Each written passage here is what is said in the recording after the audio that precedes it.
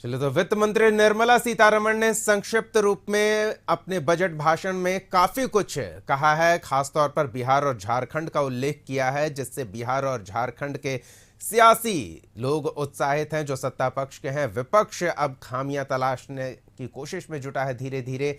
इस बीच हम चर्चा भी कर रहे हैं कि क्या खास है बिहार वासियों के लिए और झारखंड वासियों के लिए। संपादक अशोक मिश्रा हमारे साथ जुड़े हुए हैं, वो बिहार के बारे में भी जानकारी आपके साथ साझा कर रहे थे, आगे भी जानकारी साझा करते रहेंगे। लेकिन फिलहाल रांची का रुख कर लेते हैं। झारखंड को भी काफी कुछ मिलता दिख रहा है। हमारी सहयोगी रुचि शर्मा विशेषज्ञों के साथ जुड़ी हुई हैं इस क्षेत्र के, तो वो कुछ जानने का प्रयास करेंगे। सीधे रुचि के पास चलते हैं। जी रुचि। बिल्कुल, देखिए दीपक, ये बजट कितना समावेशी रहा है। हमारे साथ विशेषज्ञ हैं, चूंकि विशेषज्ञ आकलन करते हैं कि कितना गरीब किसान मजदूर के लिए ये समावेशी है, खास करके युवाओं के लिए कितना, चूंकि युवाओं के रोजगार से ही शुरुआत हुई है बजट की। तो खास करके झारखंड के परिप्रेक्ष्य में बात कर लेंगे, चूंकि देखिए रोजगार मिलेगा तो पूरे देश भर के युवाओं को रोजगार मिलेगा। वहीं शिक्षा की बात कर ले या चिकित्सा की बात कर ले, तो सभी क्षेत्रों में ये जो कितना रोज बजट है ये समावेशी रहा है। सबसे पहले लिए चलते हैं शिक्षा के क्षेत्र में, चूंकि शिक्षा के बिना विकास संभव नहीं है। तो ऐसे में शिक्षा को लेकर के आप अभी विस्तृत चर्चा कर रहे थे, जानकारी दे रहे थे, खास करके आज का बजट ये कितना प्रभावी रहेगा। जी, मैं डॉक्टर संदीप कुमार, डीन सरला बिरला यूनिवर्सिटी रांची। आज जो शिक्षा के क्षेत्र में जो हमारा इनिशिएटिव लिया गया है ये सरकार की, मोदी सरकार की तरफ से, इसके लिए मैं तहे दिल से उनको धन्यवाद देना चाहता हूं। जो कि आज हमारे युवा पीढ़ी को जो एक हायर एजुकेशन के लिए जो 10 लाख का लोन का प्रोविजन किया गया है और उस पर 3% इंटरेस्ट जो चार्ज किया जा रहा है, इससे निश्चित रूप से युवाओं के बीच में एक बहुत बड़ी खुशी का माहौल है और बच्चे अपने हायर एजुकेशन की ओर अग्रसर हो सकेंगे, इसका लाभ मिल सकेगा उनको। दूसरी पहल ये है कि जब आज सबसे बड़ी प्रॉब्लम हमारे शिक्षा की बात हो गई सर, शिक्षा की बात हो गई। अब आते हैं व्यापार पर, चूंकि काफी संख्या में लोग यहाँ व्यापारी वर्ग भी आते हैं और उनको टैक्स जो छूट मिला है, जो छोटे व्यापारी हैं, या फिर एमएसएमई की बात कर लेते तो उसमें क्या।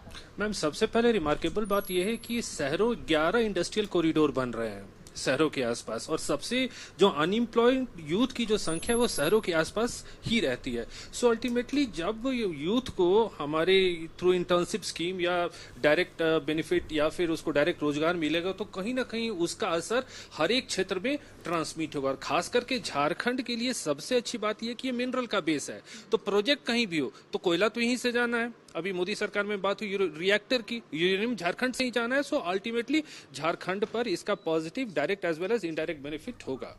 तो ये डायरेक्ट बेनिफिट जो है वो होगा। और ऐसे में देखिए एक खास प्रभाव दीपक कह सकते हैं कि शिक्षा के क्षेत्र के साथ साथ जो मिनरल से रिलेटेड युवाओं को भी इसमें, एमएसएमई के तहत युवा हो जो नौकरी की तलाश में है या फिर जो अपना स्टार्टअप करना चाहते हैं, उनके लिए भी कितना सही है। चलिए, हम विशेषज्ञ से ही चर्चा कर रहे थे।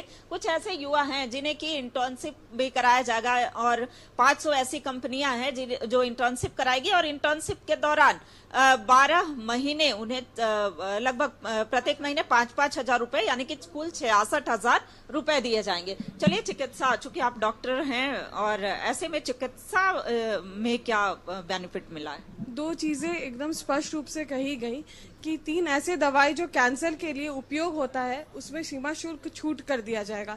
ये बहुत ही बड़ा निर्णय है, क्योंकि हम लोगों को पता है कि जैसे समय बदल रहा है, आगे बढ़ रहे हैं, कैंसर की समस्या बढ़ते जा रही है, तो उसके कारण जो दवाई है बहुत ही महंगे आते हैं। तो उसमें सीमा शुल्क अगर हटा दिया जाएगा तो ये बहुत ही तरीके से बहुत ही एक कल्याणकारी योजना है।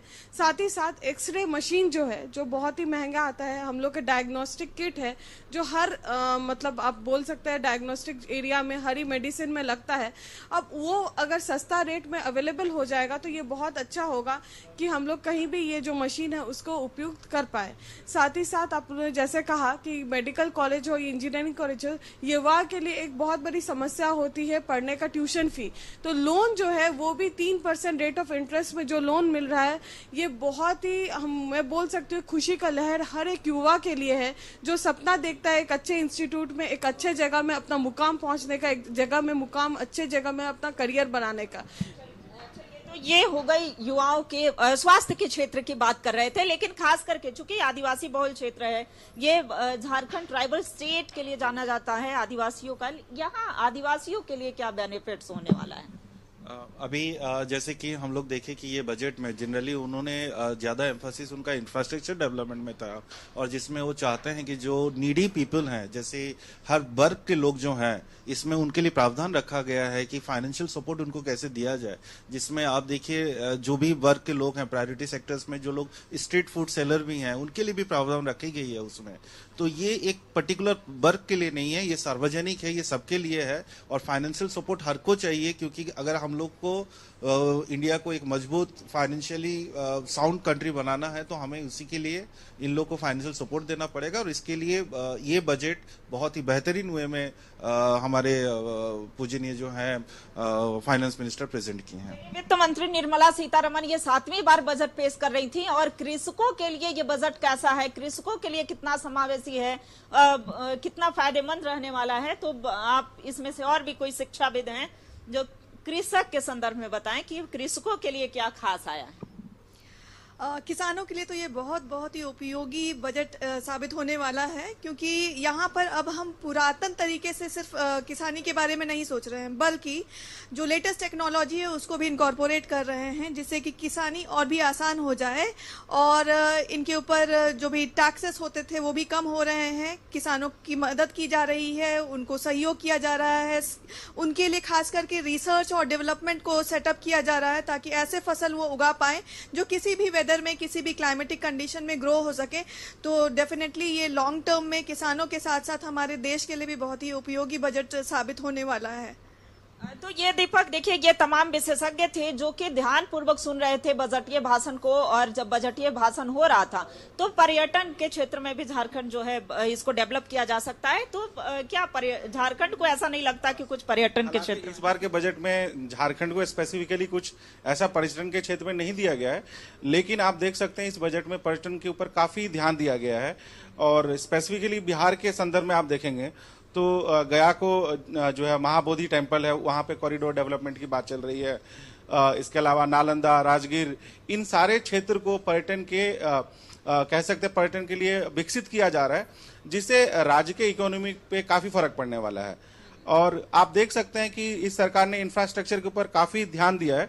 तो ओवरऑल आप देखेंगे ये सिर्फ एक राज्य की बात नहीं है, जो ट्रैवलर्स हैं, जो इस क्या कह सकते हैं इसको आप, जो टूरिज्म के लिए अलग अलग राज्यों से जाते हैं, तो यदि बिहार में डेवलपमेंट हो रहा है तो उसके जो नियर बाई राज्य हैं, चाहे वो झारखंड हो, उत्तर प्रदेश हो, उड़ीसा हो, इन सबको इम्पैक्ट पड़ेगा, और वहां के लोगों को डेफिनेटली बेनिफिट भी मिलेगा, और वहां के रोजगार से इनको भी फायदा मिलेगा। बिल्कुल। तो देखिए पर्यटन के क्षेत्र में कैसे लोगों को बेनिफिट मिल पाएगा, खास करके चूंकि बिहार से सटा प्रदेश है, झारखंड के लिए कुछ ऐसा स्पेशल नहीं है, खास नहीं है, लेकिन फिर भी उन आदिवासी के लिए कई हजार ऐसे गांव चिन्हित किया जाएंगे जहां के आदिवासियों को उन्हें चिन्हित कर आवास की सुविधा मिलेगी। दूसरी ओर बात कर लेते हैं टैक्स पर छूट की। जो टैक्स पर छूट जो मिले हैं वो एक कह सकते हैं कि लोगों की डिमांड भी रही है, चूंकि मिडिल क्लास फैमिली के लोग बड़ी संख्या में करदाता हैं, तो ऐसे में वो कितना प्रभावी? एग्जैक्टली ये सबसे ज़्यादा डिमांडेड पार्ट था मिडिल क्लास के लिए। स्पेशली न्यू टैक्स रिजीम में जो स्टैंडर्ड डिडक्शन होती थी सैलरीड एम्प्लॉय के लिए, वो ऑलरेडी 50,000 था, बट उसको इंक्रीज करके 25,000 और बढ़ा के 75,000 कर दी गई है। साथ ही साथ एक बहुत नोटेबल पॉइंट रहा कस्टम ड्यूटी। विदेश से जो आने वाली कैंसर की दवाइयां और इक्विपमेंट थी उस पे कस्टम ड्यूटी माफ कर दी गई है। साथ ही और एक्सरे इक्विपमेंट्स जो थी ये सब सोने चांदी के एग्जैक्टली। लेकिन हम अभी वो टैक्स के पॉइंट ऑफ व्यू से बात करें तो मेडिकल फैसिलिटीज भी सस्ती होंगी, आपकी मोबाइल फोन्स भी सस्ती होने वाली है, साथ ही लेदर प्रोडक्ट्स भी। और ऑब्वियसली इनकम टैक्स पे जो इम्पैक्ट पड़ेगा, इससे क्या होगा कि आपका टैक्स रेवेन्यू डायरेक्ट टैक्स का बढ़ने वाला है। और जैसा कि हमारे वित्त मंत्री ने बताया कि इनडायरेक्ट टैक्स का जो कलेक्शन है बढ़ा है, उम्मीद करते हैं कि आने वाले टाइम में वो और बढ़ के बड़ा हो जाए। चलिए, तो आने वाले समय में क्या होगा ये तो देखना दिलचस्प होगा, लेकिन फिलहाल इतना तय है। बहुत बहुत धन्यवाद रुचि इस तमाम बातचीत और जानकारी के लिए। और न्यूज रूम से हमारे वरिष्ठ सहयोगी संपादक अशोक मिश्रा भी जुड़े हुए थे। अशोक जी, आपका भी बहुत बहुत धन्यवाद तमाम बातचीत और जानकारियों के लिए।